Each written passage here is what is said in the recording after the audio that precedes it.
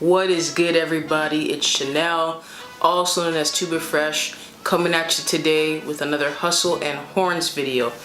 I want to take a moment and thank you guys so much for checking out all my videos. If you haven't subscribed yet, please subscribe. I'm trying to get it up to 500 subs. So any help that you guys can give me by hitting that like button and subscribing, I'll be very grateful. So thank y'all for that.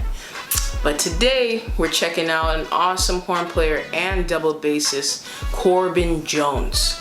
I'm going to read a little bit from my cell phone just to give you a little bit of background on Corbin. So Corbin started out his musical journey as an upright bassist, and he discovered the tuba in high school when he started listening to more traditional recordings from New Orleans. He started to listen to people like, Preservation Hall, Stanton Moore, Rebirth Brass Band, and encouraged him to play bass and tuba. And of course, we all know that's a usual double that a lot of us have, especially if we're want to play in Broadway or different ensembles. And then he got the chance to actually play the tuba when he attended University of Southern California in Los Angeles. He started march in the famous Trojan marching band for 4 years with the tuba, with the sousaphone. And then after he left school, he actually bought his first sousaphone. And the way that I got to know Corbin is through a band out here in Los Angeles that I really dig and think you guys all should check out. It's this band called Catalyst. It's a group of dope musicians from all over the California area. All of them are in Los Angeles, but some of them are from the Bay Area or, etc., but they all live here. And he's played, since then, he's played on a lot of cool projects with Catalyst Collective, Sammy Miller and the Congregation, and played venues like Jazz at Lincoln Center, Monterey Jazz Festival. He's played with people like Solange, Beyoncé at the Coachella show and things like that. And he's toured with Jay-Z and Beyoncé and a ton of stuff. And the other cool thing about Corbin is that he has his own band, his own ensemble. They do really cool stuff, and he arranges and composes, which I really love about him. I've checked out his work. So there's an introduction to check out Corbin Jones, bassist and sousaphone player. I hope you guys enjoyed this. Leave some comments below. Enjoy Corbin Jones. This is Corbin Jones, y'all. Corbin, I first found about you through Catalyst. Okay. And you're playing sousaphone. That's right. And then I found out you're a bass player as well. It's so funny because people probably know you as a bass player, right? But I found out you through the brass world, right? And then I found out too that you play bari sax. So Corbin is an all-around low player, not just brass, right? Yeah, so you love the low end. And Catalyst, am I pronouncing the name right? That's right. Catalyst, okay, cool. Catalyst is a group that I found about through Jonah Levine. Oh yeah. Yeah, I found out through him because he plays in it as well.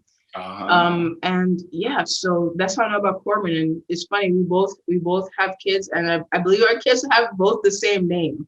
Yeah, right? They're both Theos. Theo, and yours is Theo.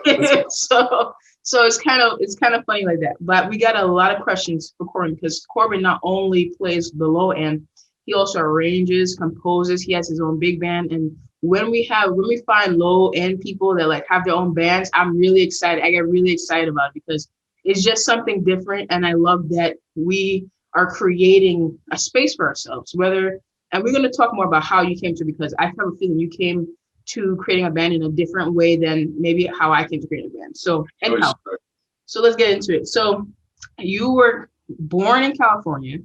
That's true. Right? But you were raised in Colorado. Yeah. What happened? That's a really great question. And if my parents see this, they already know. I ask them all the time, how did this happen? My parents are from South Central here in LA.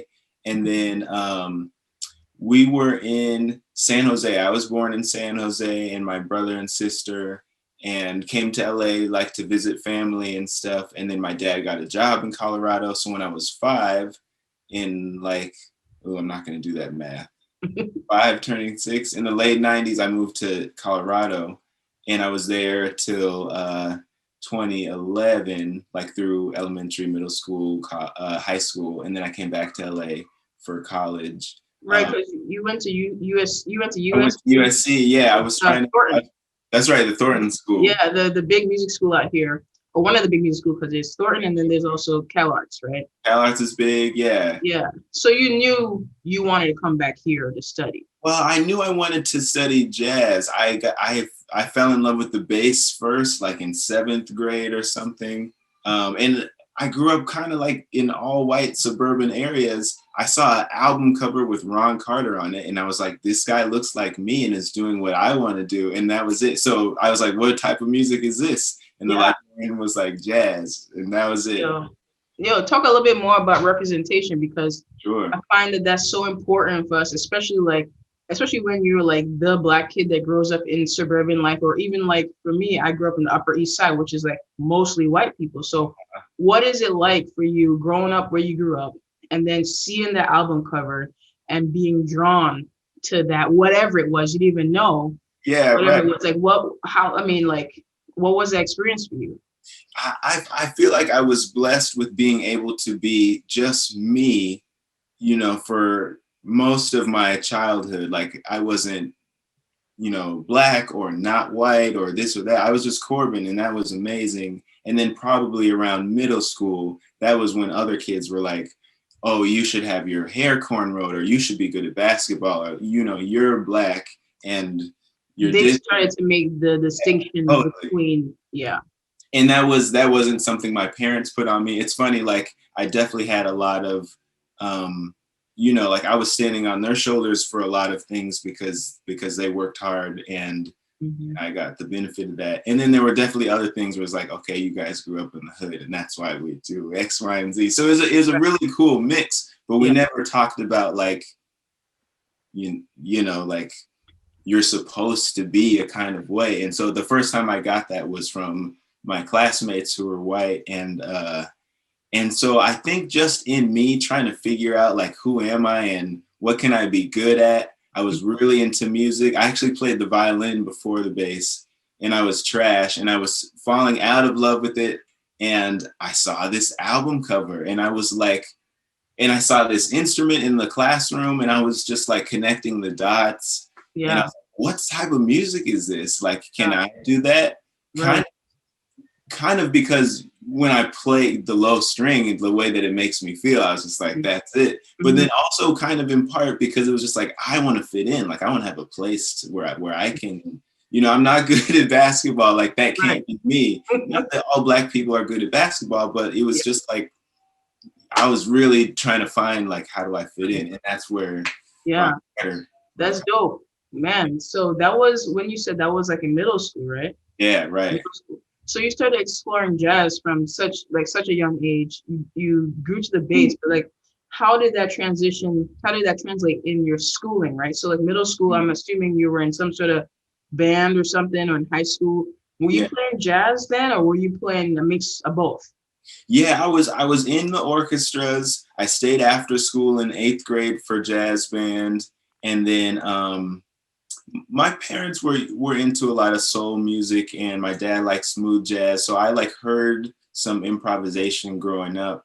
And then also my friends in Colorado, we were into like Dave Matthews Band and Fish and Rush and Yes. And there's a lot of improvisation there too. So I was definitely exposed like on the bass guitar side, outside of school, on upright bass, after school, like in the jazz programs. And then playing in the orchestras too. And then in high school, I had a really great teacher.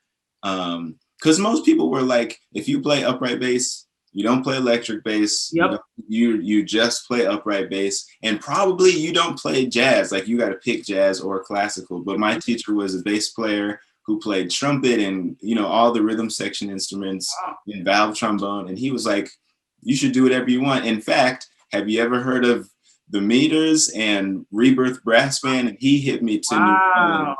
And so I picked up Barry sax trying to be a tuba player because I didn't have You have access to tuba in school. no Wow. yeah That's insane. Yeah, because honestly, usually, right, I have met few upright bass players that also play electric. Like, you know, like play it well. And I didn't, no, I'm not. So I personally, I didn't know until I was older that there was like a disconnect between the two. I just kind of thought, well, if you play that one, you should be able to play this one, right? Yeah, right. That's what I thought. It's different. So you had a teacher that kind of was like, just do whatever you want. There's no rules, there's no boundaries, and you picked up bari sax as well because you heard about the doubling, or you know, you're listening to records with tuba on it, and that was the closest thing. Yeah. Because when I saw you play the bari sax as well, I thought, wow, I wonder if Corbin was at all influenced by Howard Johnson. Woo. Because you know Howard, he played bari sax too, and he's bari sax. Right. Yeah. Right. So I mean, I think that's, you know, the only other person I know that does that is Howard Johnson. Yeah. Bari and tuba, and you play the bass. So you got into bari sax. How did you? I mean, a lot of people are multi-instrumentalists, but I feel like, how did you juggle that, like in school? You know what I mean? In high school, how did you juggle both of them? I couldn't have done it without this guy. I'll stop saying this guy, Steve Holley. That was my band director. And he was just like flipping music on his head. He's like really progressive in the popular music education world, because before anyone was teaching pop music formally, he was like, you guys need to know September and Ain't Too Proud to Beg. And so he made like a jazz band, a like salsa band, and an R&B band. And so each year I would just rotate. He's like, okay, you're going to play bari in the big band and bass in the R&B band this year. And the next year he would just make me, I got to do it all, like, thanks to this guy. I don't really know how else to juggle it. Even now, I don't know how to juggle it. Wow. That's dope. I mean, that's a really special teacher. I mean, for sure. Yeah, you don't really get that. You know, people don't get that even in college, you know. So it's really great that you got that experience. I mean, so I guess now what I want to know is, when did you start playing tuba? Yeah. Come into play. I think I loved playing bari sax, and it has like, it's sitting right there. It's got like a really specific thing to it. Like the bass is the bass. You can play melodies on the bass and they're beautiful, but the bass is the bass. And bari sax, you can dabble in the bass world, but it's such a melodic instrument. For me, that's where it always filled the void. Like I don't particularly resonate with trumpet and alto sax and stuff. So that was like my melody instrument. Yeah. And so there was always this tuba-sized void where I was like, I still want to play the bass, but like with the wind. Yeah. And so, you know, I was listening to Kirk Joseph and like all my brass band heroes. Yeah. And so when I got to USC, they were like, you know, join the chess club, join speech and debate, join marching band. And I was like, no, I'm a jazz musician. Like, I'm serious. Yeah. And then they were like, we'll teach you to play. You just got to join. And I was like, whoa, what if I learned how to play sousaphone right quick? Oh, wow. And so that was it. Like I had this secret life where I was marching. Whoa. Because the marching band cats were serious about marching band. Oh, yeah. You already know. I know because, you know, I went to Penn State and they are serious. Did you march? No. But I'm not throwing shade, but like real brass players. No, exactly. You took the words out of my mouth. You said, "Oh, I'm a serious musician," and honestly, I was like, "That's how I felt." But I'm like a little bit too ashamed to admit that's how I felt. But no, I went to Penn State for my master's too, right? Okay. So it was a little bit like, you know, I can't do it. They're serious. They're serious. Yeah. So I had like a double life where I was playing. So wait, USC is the one with the. We had the Trojan, feather. That's right. I think that's the best marching band. Like I'm pretty sure it's not called costume uniform. Yeah, uniform. Out of all the schools. I'm biased, but yeah, it's definitely the coolest looking one if you're gonna put something on. So I don't understand how you did marching band, because isn't that like a ton of time?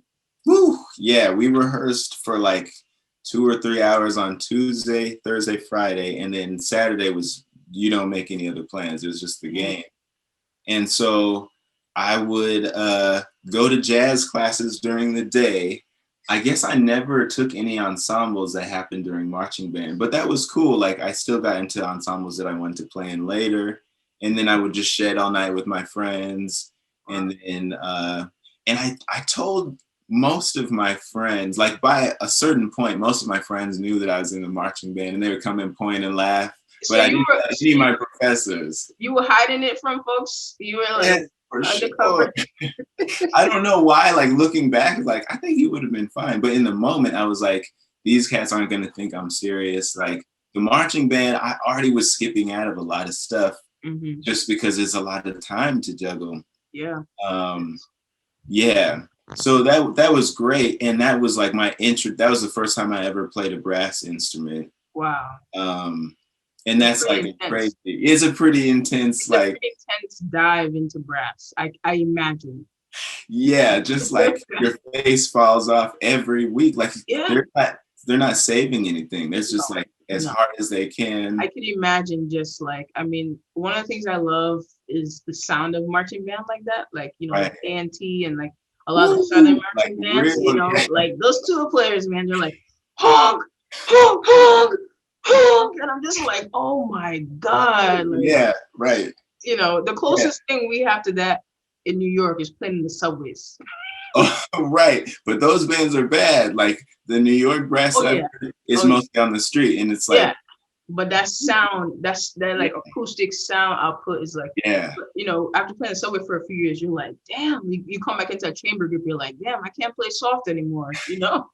Yeah, right. It's like a whole other, you know, so, oh man, I can't believe it. So the jazz program, how did that, like when you went to the jazz program, so you're doing tuba, you're doing sousaphone and marching band. Is that the only place that you played it in school?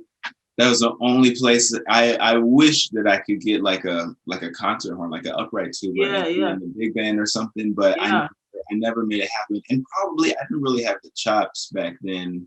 I mean, definitely not for anything like Howard, but like just like holding down a four trombone part or something. I don't think I had the chops really.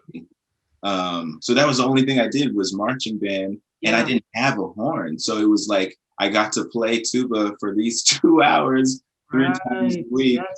And cats are only played in B flat and F. So I was like on the sly practicing chromatic things. It was like a really strange. That is crazy. Yeah. I mean, wow, that is really interesting. That is such a unique perspective to come from, to like the first introduction to brass is intense marching band. And then, but then you're playing like this, like, you know, jazz and like, you know, I don't want to say more, you know, you're just playing a little bit more kind of like serious music on the side. So, but the thing is, like, I love talking to bass players who play tuba as well, because I feel like you guys come from it at a much, or even trombone players who play tuba. Oh, interesting. Who play jazz, they come from it from a different perspective. The tuba playing, because you have all this bass knowledge, you have all this walking bass line knowledge, you have all this kind of harmony and like, you know, knowledge that maybe a tuba player, you know, coming out of a classical world or something maybe doesn't have, right? And I think tuba is interesting in that way because a lot of people, when they come to tuba, it's usually through classical music. It's never really through jazz. Like I think. Yeah, right? I heard that totally. Because even if you think about Howard, you know, I mean, tuba was like one of his main instruments from the get-go, and he played jazz through it. But it started off with an instrument that's typically used in jazz, right? Baritone sax. And I think it's always interesting to hear, like you said that you probably weren't able to play, you know, up to that level, you know, on tuba then. Yeah. But like, I guess I don't want to get into this too soon. I kind of want to, you know, do it maybe a little bit later. But my thought is how, like playing with Callus, right? You're playing with like, you know, top tier, you know, serious jazz, the baddest jazz musicians in LA. How do you take your knowledge of, you know, bass lines or grooves or, you know, basically theory and harmony and translate that or soloing improvisation into the tuba? Yeah, I mean, you know, as a multi-instrumentalist, like you're really just trying to figure out how to make sound because all the rest of the stuff is already up here. So I hear the melodies they're playing. I feel the bass lines, the grooves that they're playing. Like I just can't make the sound come out. Right. So like most of my, I used to go to the park every morning and just shed tuba technical stuff. Like how do I get this bass line in 7 to just come out? Because I can play in 7. I can feel the groove. Yeah. A lot of the melody stuff, like from Barry sax, like it was all here. And that kind of even influenced the way that I play melody on upright bass. There's a lot of great, like Scott LaFaro.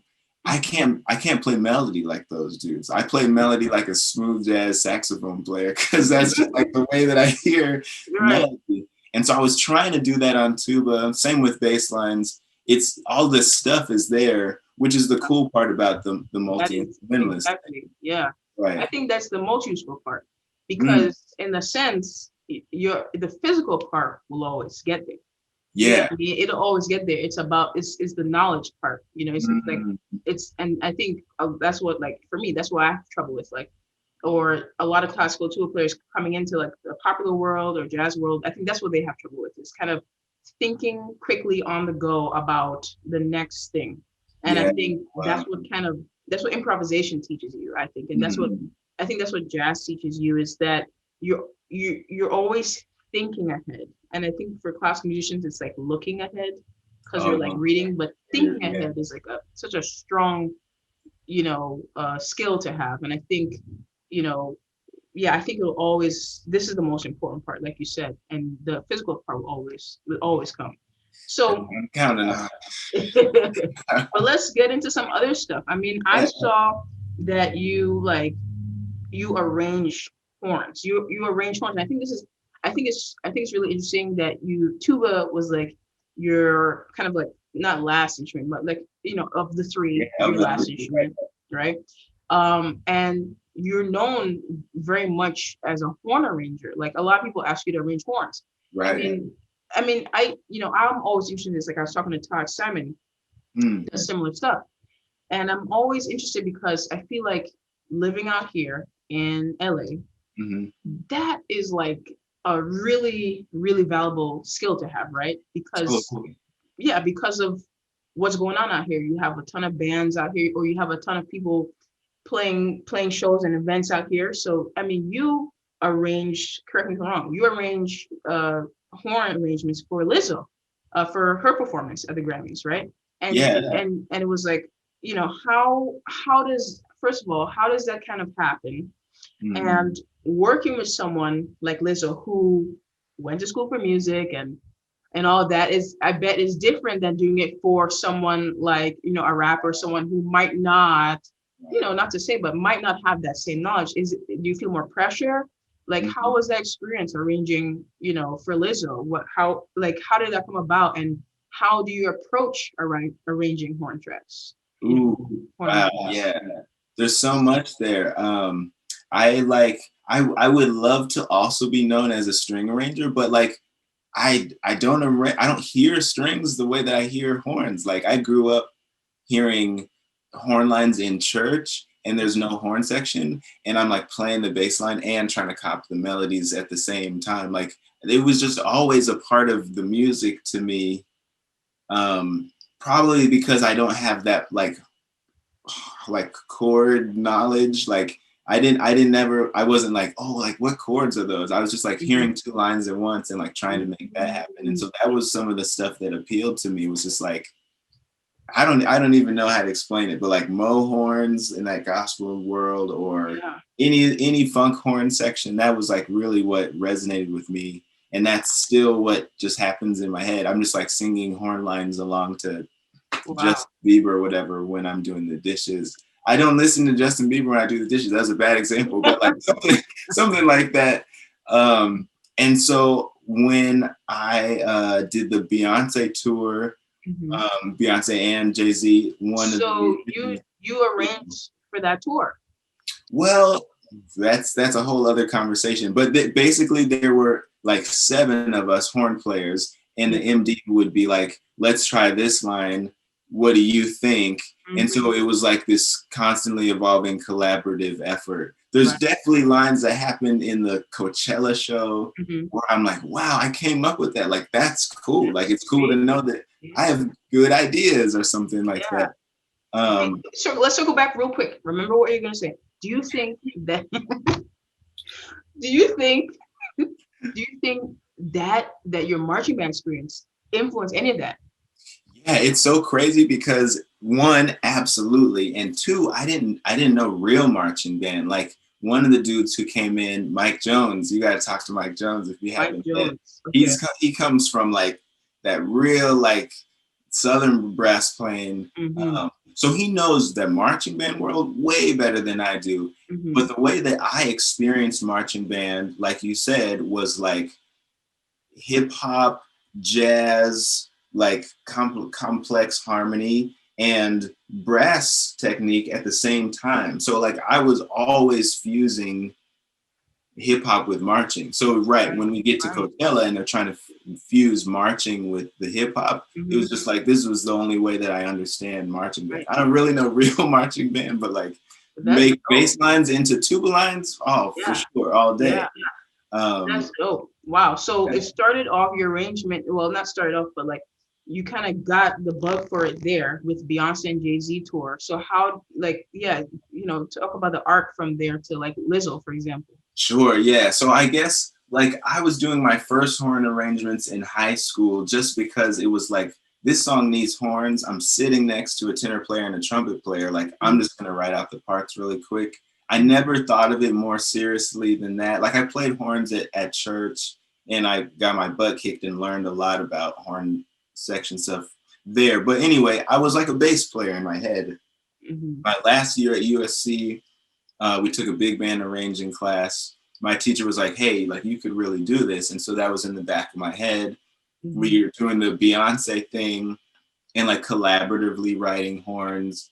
And it got to a point where I was like, I think I should like be working on this. So I was writing big band charts in the green room or whatever. And another dude who was on the tour, Quentin Gullidge, keyboard player out here in LA, I think he just saw me writing big band charts all the time. And then after tour, he was MD for Lucky Daye and was like, can you write some horn stuff for Lucky Daye? He was an MD for Lizzo and was like, can you like help me arrange some horn stuff? For that, we did that like orchestra she had for the Grammys. And then we did like a thing, like a marching band type thing. And then we did like a something with the New York Phil. So it's just been like through good people, like just I like horn writing, and so I'm just like doing it all the time. And someone else is like, "Hey, like come do that over here." That's crazy. Yeah, it's so cool. I mean, like, how do you like talk to us about like your process? Because I mean, I have similar questions for you because I know like you just dropped like past year, you just dropped your Christmas album, and it's dope. And I watched this whole video of like tons of horn players in a room playing your Christmas music, and the singer and everything was beautiful. I think the question I think could be for both things, but how do you like? I always wonder because I do some arranging like my YouTube videos, and I'm like, how do I make this different than what it is, but still very noticeable? How do you take something that's really classic, like Christmas songs, and kind of reinvent them or put like different moods or feelings in them? I mean, how do you think about that? How do you? I'll give away all my secrets right now because hopefully I'm evolving and we're growing together. But it's usually like leave the melody intact, figure out another groove underneath. And I do this all the time, like with the Catalyst boys. Like before there was Catalyst, we were just like jamming at 4 a.m. in the morning, and we would just like go from one song into another song and fuse them to get like take the hits from another song and put it on top of. And same thing with how I played in high school. Like I was always trying to figure out like, oh, I could play this one Michael Jackson horn line over this Sly and the Family Stone bass line. Like I was always trying to mash stuff together. And so really way more than I can like actually compose new material. I'm in my head, I'm just always mashing stuff together. Like leave the same melody, but I'm gonna put this bass line underneath, and it's like a minor sounding bass line. Usually it's like if the song's major, try and make it minor. If the song's in 4, try and put it in 3. And I'll just like always try to like do something weird So with you're like, funky groove. yeah, so you're like kind of being like a crazy scientist over there, and you're trying new experiments. Yeah, right, and right. and it works, right? At the end of the day, it works and it sounds great. Eventually, thank I you. mean, I think just you're giving people really solid things that they can try, and I think that's beautiful. Like I'm gonna try that. Like a lot of that stuff I didn't think about trying. You know what I mean? You're right. But you do it and you make it work, and it comes out to be sometimes even better than the original stuff. I mean, I was listening to some of the stuff that you wrote for your Christmas album, and I was like, wow, I would have never think that this would be part of this song, but it's like the song is way better now. Wow. There's moments of just like such pure beauty, and I think having horns in there also like really uplifts it in a way too that I haven't heard. So I mean, that's really cool. I mean, how did you get into forming your big band? I mean, because you're such a strong writer, did it come from a writing perspective, or did it come from I'm a bass player and and I want to like create a space for myself? That's kind of like how I approached it. But like, you have such strong writing skills. Did it come from a writing, or did it come from like creating space or something else? Yeah. I think wow, this is so cool. So before the big band, I tried a band, that John Ellis band, Double Wide, John Ellis and Double Wide. It's John Ellis on tenor sax. It's like Jason Marsalis on drums. There's a B3 player, sometimes a harmonica player or a trombone player, and then a sousaphone player. And he called it Double Wide because sometimes organ was playing bass and sometimes tuba was playing bass.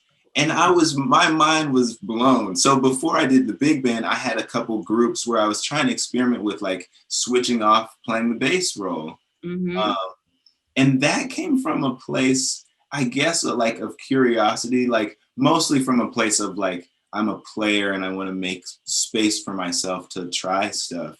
So that was like my first time ever, like not being a sideman. And it was pretty cool. Like you can like talk to audience or sing or play a melody and someone else is going to play bass. Like we just never get that opportunity. And so making a space to do that was really cool. The big band came from like another really distinct moment, but probably was affected by me like wanting to make a space for myself to try stuff. But when I was on tour with Chris Johnson, maybe you get to talk to him, and Crystal Torres and Chris Gray, and Leslie Bonner and Arnetta Johnson. Yes, I know Leslie, of course. And I heard about, I mean, I think I talked to or messaged Chris before. Oh, okay. I haven't talked to him or anything like that. Okay, I'm going to bug him now. I'm like, you got to get up for Chanel. For me, I was hanging with these cats. They're the baddest in all the land, listening to their stories and like, we play on a whole lot of pop stuff. And when I go to the Musicians Union to hear big bands in LA, I see a whole lot of people who don't look like us. Like, what are we doing on these pop gigs? Can I make a space where we can play big band music too? Yeah. And I was playing with a band out of New York, Sammy Miller and the Congregation. And yes, come on. So their thing is like, can we play jazz as young people, like for young people? And that's like so I'm just like especially hooked on that now. And so I was like, can we get a bunch of young brothers and sisters in one room and play some acoustic music? And it was really birthed out of that moment. I was like, that's dope. I don't know where that exists in LA. Yeah, I mean, it's funny. I feel like two things you just mentioned, like big band music. When you go see big band, you're right. It's like all old white dudes. And for sure that the music came from us. Right. It's just like, is that always the trajectory of Black music? Wow. But one thing is that LA for sure, like has put exactly what you said, has put jazz music on the plate for young players. I mean, when you think about Thundercat, you think about Kamasi Washington, that whole crew, I feel like they're the ones, it's not even, New York can't even take credit for this, really, I don't think. But I feel like LA are the, you guys are the guys that kind of made jazz cool again. And, I mean, jazz, at Lincoln Center is great, Jazz Lincoln Center, but, it's for a certain crowd. Sure. It's for the upper echelon of white people that want to come and appreciate like a certain kind of jazz, right? Sure. Right. And I feel like when you have bands like like you're a band, or like you have bands like what like Terrace Martin is doing or something like that, where they are mixing up hip hop and like popular music and jazz. I feel like, and when you go to their audiences, like all young people dancing crazy, like they're, who like some like pop concert, right? Some crazy pop concert. I feel like the West Coast has definitely attributed to that kind of. So, I mean, that's cool that you want to do that, because, I do feel like a lot of times, and I wonder if hip hop is going to go that way too. Wow. Like, is hip hop going to become some sort of like connoisseur kind of thing in the future? Yeah. I mean, I hope not. Like a college class, like it's a textbook kind of. Yeah, and it's already happening, right? But I mean, but that's crazy that you mentioned that. So you wanted to create a space for young folks of color, men and women, to kind of like be part of this, not just like a lot of times people think, oh, you're Black, you're Latina, you're whatever. Let's put you on all these pop stuff, and that's great. I mean, hey, we all love being part of the culture, but like, we also want to be part of the movement that was created by us, and it still has to be led by us, Right. And take up space in that way. So, I mean, I think that's dope. I mean, how much does like your political views come into your music? I mean, not just political, but like, being Black, or being, I know you're Christian, right? Or being religious or whatever, like how much like does that, because I was wondering why Christmas album, right? I was wondering that too. So like how much like, does that influence you? Wow, I get that. That's a good point. I was thinking like it doesn't influence my music, but it influences me. So I'm sure it influences everything that I do. My parents, maybe we mentioned this, but we didn't talk about politics. Like we didn't really talk about race unless something crazy was going on. We didn't really talk about, like they're Christian and they're not Christian and stay away. Like at times it felt like, why don't my parents like ever talk to me about real stuff? But honestly, I just FaceTimed my mom the other day, and we were on mute because Theo wanted to see his grandma, but she was like, maybe I shouldn't out her. She was in a meeting and they were like talking about race and stuff.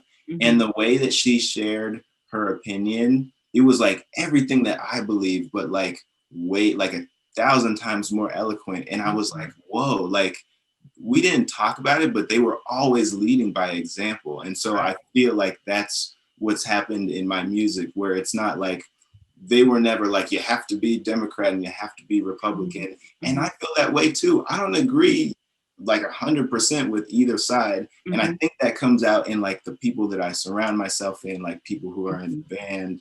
I've seen a lot of church where there's people who maybe know about God or know about Jesus and don't know Jesus. Like they're living a way that's like, I thought that dude, I just read that he said you're supposed to love people, and to me, that probably comes across in the people I surround myself with, like the way that the people who I want to show my music to. What else were we talking? Yeah, same thing with race, where it's like, it can't only be Black people. That's not the world that we live in. It definitely can't only be white people. That kind of is the world that we live in. And so it was a thing where I was like, I want people to be represented, like period. And so I do try and highlight Black musicians because I think those are people who are underrepresented. But like my best friend is a white drummer, and like we're comfortable playing together, and he's down too. Like, yeah, sure, of course he's in the band. It's not supposed to be like anything that you can fit into a box. And I think that's like all of my experiences have kind of led me to be a person where it's like, I don't think it fits into like one of these blue or red check boxes, something like that. Yeah, totally. I mean, no, I feel you. I feel like what, for me, like when I started Pitch Black, I was like, I want this to represent the people. And the people that I see is a mixture of people. And it's even if like you don't agree with me here, or you don't think that way about race, the whole thing about life is that we're learning from each other, right? So you might have a specific experience that that makes me feel hurt, but I have to acknowledge that this is your experience, and that's the experience of a lot of people, right? So it's like, I mean, you never want to be only surrounded by people who just agree or just think the way you are, because then there's no growth, right? Yeah. So yeah, I totally agree with what you said. I mean, I love that. Yeah, it's beautiful. I love what you're saying. I love that your parents kind of did it in a way, because we're parents now, and and we're parents both in interracial relationships, right? Yeah, right. And I feel like we both kind of, not just us, but like everyone. Like I have a ton of friends who are in interracial relationships too, or even friends that are just in a relationship with someone of the same race as well. You still have to navigate, how am I gonna teach my kid about race or gender or about religion or about traditions, or about how do you navigate that, right? Because it sounds like your parents were kind of like, they want you to go through life as you. And I think that, that's a privilege that a lot of white people get. They get to go through life as just them, right? And I think that giving you that opportunity must been like one of the most beautiful things that they can give you. And and like you said, that they think about this, that that's in their head, but they want you to find yourself. And I think that's the best thing that we can give our kids, is like how do we do that, right? Because you can only protect your kid for so long, right? You can only protect your kid for so long until they start hearing, like you said, from like other folks that they go to school with, that, hey, well, you're supposed to be this way, and boys are supposed to be this way, and girls are supposed to be this way, and you can't play that instrument.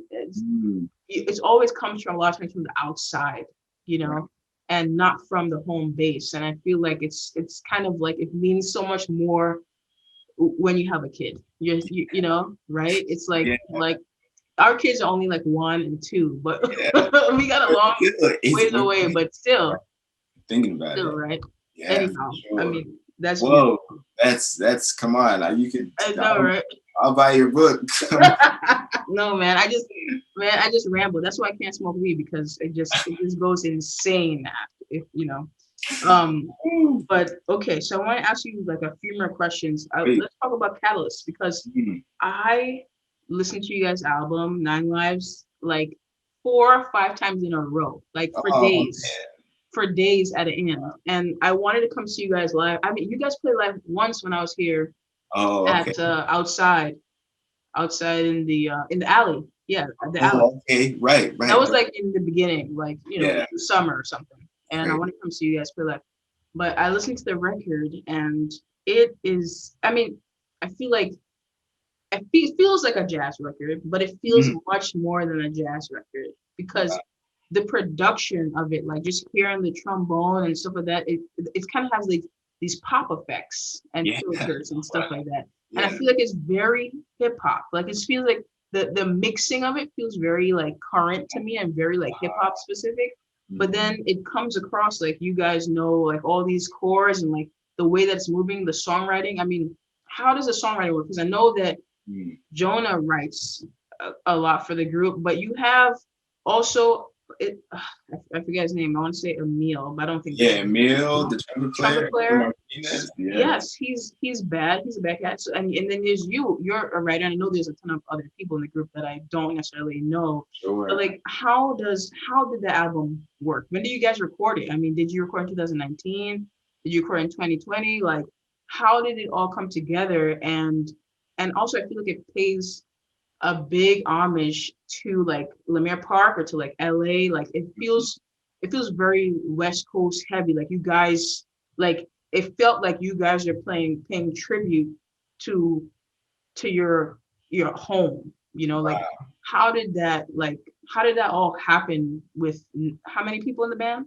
9. 9 people. How did that tell me how did that happen? How did it work? You know? Wow, I mean, you're talking. That's a real big question. It's just, it was like, I think maybe half the band is from SoCal and half the band are transplants, Mhm. and but the band is like, the band is from LA. The band's from Inglewood. Like the way that we were formed, I met most of the boys while I was at USC. Um, it was just like, I might try to follow the map. I don't think that I can, but it was like me and Brandon and Greg were at USC at the same time. Brandon was in a band with David Otis, the saxophone player, and Marlon, the bass player. And Brian is from, he went to USC too, like a little bit before us. Brian and Emil knew each other, and like maybe Emil and Otis knew each other before then. And Jonah was at UCLA at the same time. Like he knew everybody. He was there before me. I don't really know like how we all met each other, but it happened at a time. I don't know. It feels like just like a really formative time of our growing up, and so like there was a real tight bond there. And in the beginning, we did try and do like jazz style, like I'm going to bring in a lead sheet and you bring in a lead sheet, and we have some great tunes from back then, but it just doesn't sound like the album at all. And we tried recording like 3 or 4 times that way. Like now we're going to play Corbin's tune, and now we're going to play Brandon's tune. And Brian, both incredible keyboard players, like different styles and just like ridiculous writers. Jonah's a ridiculous writer. Otis and Emil, like ridiculous writers. Greg brought in some of like our favorite tunes. And that just like, it was like Catalyst playing someone else's tunes or something like that. Right. So the final version we recorded in 2019, and it was like more like someone had an idea to start, but then we would all just start improvising. And we recorded a lot of it instead of all together in one room, you know, with a bunch of ISO booths, and we did so many of those sessions. We recorded it in little bits at a time, like 4 people, and then one person, and then another person's overdubbing. And surprisingly, it was like way doper that way. Like I recorded tuba and synth bass after like the grooves were already there. Like it was such a crazy experience. Yeah, but I mean, I don't know. That's what we did, and it really worked. And so that's what we're trying to do now for future albums. It's like, let's just jam and kind of like let whatever happens happen. It's a really crazy, like, I don't know that we've nailed it down yet, because that was like our first success. Like, whoa, we actually all agreed. It must be hard with 9 people. I mean, you know, and especially 9 people with such talent and such like, you know, people who have done similar things before, kind of, you know, have different concepts or ideas and come together. I mean, I feel like the record shows for itself that you guys came together, and I feel like it's just like it's clean. Like there's like everything that's there felt like it wanted and needed to be there. I mean, I think you guys did an amazing job. Yeah, I mean, congratulations on that, because I rarely listen. I'm very specific with music I listen to, not because of any real reason, just because like as a writer, I'm the kind of person that likes to keep my the melodies that come into my head in my head, and like not to take from somewhere else that I'm not sure. You know what I mean? Yeah, for sure. That's great. So I listen. I don't listen to like a ton of music like some people. Some people, I know musicians, like they're constantly listening to music, and a lot of times I'm just in silence. You know, I like, you know. Wow, we're way too similar. This is amazing. We got to get up. This is great. Do you do that too? Yeah, like if I'm like chewing on something or like trying to remember something, like so many car rides, like there's no music, the windows are rolled up, it's just quiet, like or like people are like, what have you been listening to? It's like, actually, like I went back and listened to this old album that I used to listen to all the time, like, and I just been listening to that for a week. Like, I don't know. Oh, that's what I do. So like, so exactly. That's when I put the Callous record on. I listen to it for days, and I listen to it like on repeat, like because that's how I listen to a lot of music, you know. And I just like if I get into it, I'm in it, and I'm listening, and I'm like thinking about the album titles. I'm thinking about like Lemire Park. I'm thinking you guys or Lemire Day or like Lemire Night. I was like thinking about how what is I was imagining like what was in you guys' head. What are you guys trying to convey? And I feel like it's so much more fun to like dive deep in that kind of way than it is to like just like I'm just gonna listen to like a playlist with like 500 tracks and not absorb anything. Yeah, but, right. But anyhow, I mean, wow. Yeah, you guys, it's beautiful. And I mean, I think the players and the energy and the writing is just like perfect. I mean, you guys are a perfect combination of both. So just to wrap it up, I wanted to thank you so much for doing this. It was awesome talking to you. Yeah. So much fun. Now I'm like, I feel so bad. I'm like, wait, when do we interview you? Like, I want to hear about it. No, I mean, we gotta meet up. I would love for us. I would love to us to like meet up in the park somewhere with our kids. I mean, I feel like that's like the easiest thing to do. And then at some point, hopefully we get together and jam sometime and like play some tuba or something, I mean, I would love that, Yeah. But it was great talking with you. I feel like we definitely got to do this again. Yeah. Kind of way and hear more about what you do because you do a lot of stuff. And I feel like in this city, you got to do a lot of stuff and there's stuff to do. Yeah. And there's stuff to do. I always say, not always, whatever that means. Like I've recently come into realizing that someone told me like, oh, when you get to LA, you need to know how to play upright and you got to have your classical chops. Because what if you get called to do a movie and you got to have like guitar skills and you got to like have electric bass and piano and pedals. Mm-hmm. And I found that like the stuff that I didn't want to do, like I was miserable trying to build those skills. And the stuff that I did want to do that people were like, you should not be doing that, tuba or bari sax, have led to like a more fruitful. So I feel like there's a lot of stuff going on here. Mm-hmm. If there's stuff that interests you, like pursue that. You're right. Like I don't know that many people who are like killing it and are unifaceted. What's the opposite of multifaceted?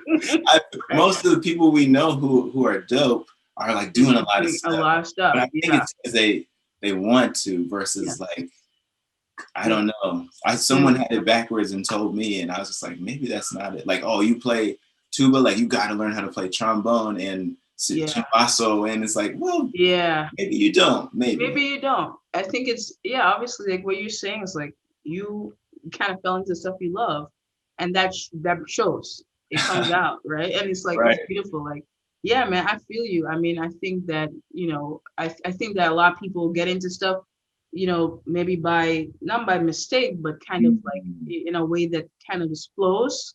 Yeah. And I think a lot of people get into stuff because they're interested in it and it's another creative thing that they want to try out.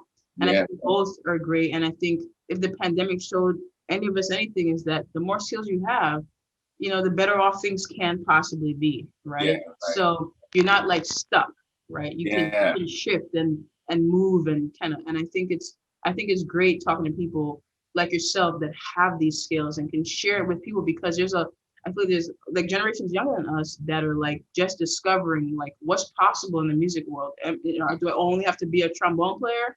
You know what I mean? Like so and it's shifting, which I think is great. I think maybe like 5-10 years ago, people were like very much like, I am a tuba player and that's what I am. Yeah. And if you tiptoed out of the boundaries, people are like, hey, so right. So I think it's beautiful what you do, and keep on doing it, man. I can't wait to see more, and I can't wait to see you in person. Did y'all love that? isn't Corbin amazing? I had a great time talking to Corbin. He's such a sweetheart, a great player, and just a fun guy to talk to. This video is brought to you guys by Pedal Note Media. Shout out to Pedal Note Media, Lance LeDuc, Andrew Hitz, and their whole production team. We got more videos coming for you guys this season. I have, I think, a couple more videos or a few more videos for the end of this season for Hustle and Horns. But I'm so excited to get it to you. Leave your comments below, hit that subscribe button, hit that like button. See y'all later. Peace.